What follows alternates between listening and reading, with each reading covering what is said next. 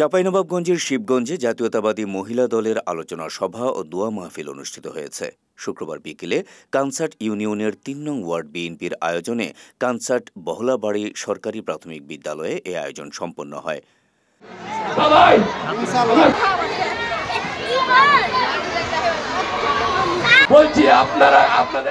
স্থানীয় ওয়ার্ড বিএনপির সাবেক সভাপতি সোহবুল ইসলামের সভাপতিত্বে এতে প্রধান অতিথির বক্তব্য রাখেন কানসার্ট ইউনিয়ন বিএনপির সাবেক সভাপতি মাসুম রানা টমাস মাস্টার।